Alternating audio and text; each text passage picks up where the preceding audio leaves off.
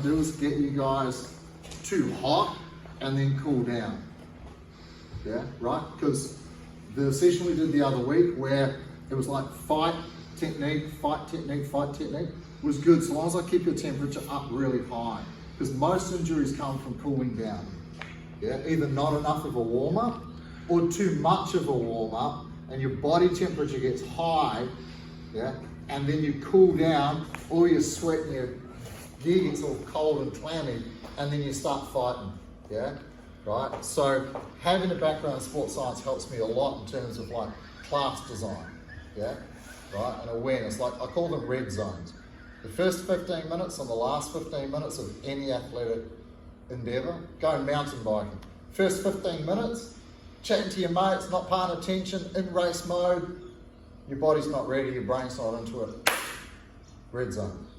The last 15 minutes, you've been out for 2 hours with your mates, you're starting to get fatigued, people are dropping off the back a little bit, they're trying to catch up.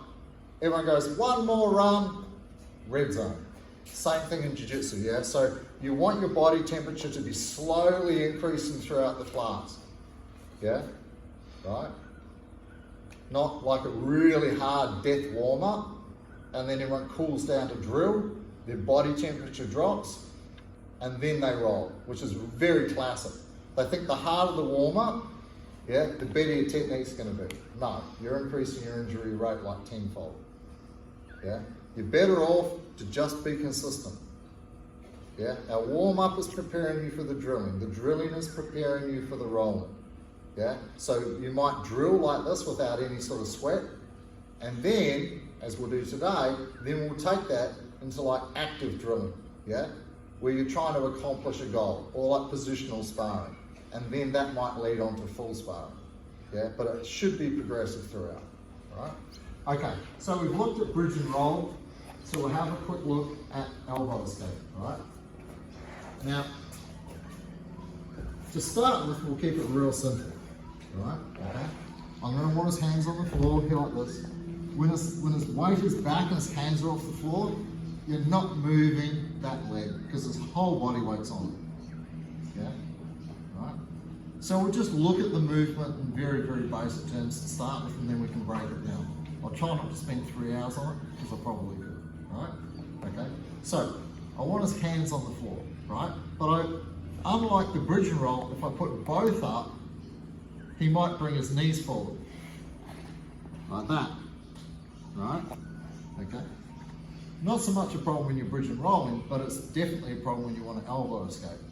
Right? So I'm going to leave one arm down, touching the leg. Yeah? And this is more so when there's punching. Yeah?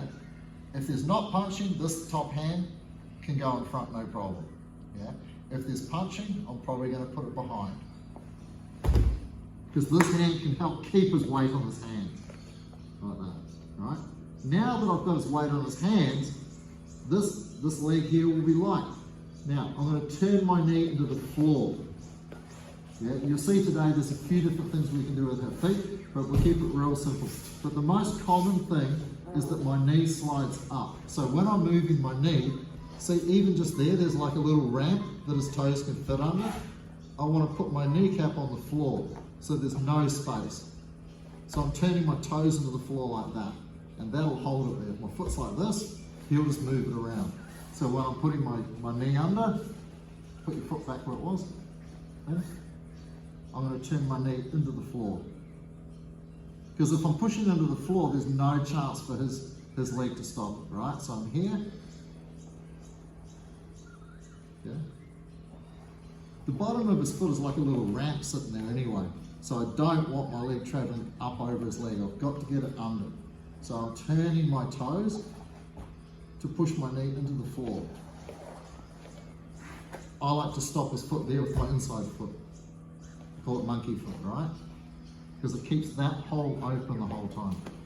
Now, I'm going to change hands. And grab his head. Yeah. Again, if it's just pure grappling, I can keep my arms in here. But to start with, you white belts want to stay safe in the street. So if I go with my arms in here, he can just sit up and start whacking me. Right? He'll sit right up. Look, now I can use both his hands. Right? So my arm's going to go around his body again, here like this. Yeah? So now this arm isn't going to be trying to hit me, possibly grab me. It's only going to be the other hand, but that's the direction that I'm pulling to try and keep his hand on the floor. Foot goes inside. Now I can do exactly the same thing on the other side. Knee through, go like this, turn my hips, go like this. Arms, number one position, or you can put your hands here. Yeah, right, with my hands here, it's my hips that are stopping headbutts. Headbutt, it's my hips. That's why a lot of the time modern jiu-jitsu, tailbone down, headbutt straight away. Like I tapped you with the other day. Yeah, I was controlling the arms on the inside here like this, and you were like, oh, it's not too bad, like you can't hit me. He was going to hold my arms, and then I'm like, tap with the head. You're like, oh shit, it's not MMA. Yeah, it's a street fight, right? Okay, so, on top again. So again, I have my foot up his butt, like that, so he's sitting on my thigh. Yeah, I don't like to sit like this. Yeah, I want one up, one down. Arm around the waist, keeping his weight on his hands. Knee turns into the floor. Chuck that foot, monkey foot. You don't have to, but it's going to make life much easier. Turning my hips. You can go around the body, over the head. Foot goes in. Same thing on the other side. Open this arm up. Hold the head. Number one position. Last time. Here.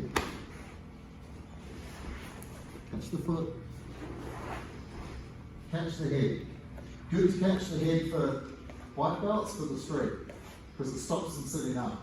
Yeah. Put it aside. Turn. On this side, his arm, your leg's getting stuck on his arm. So when I push to the leg, this hand stays under and inside the armpit.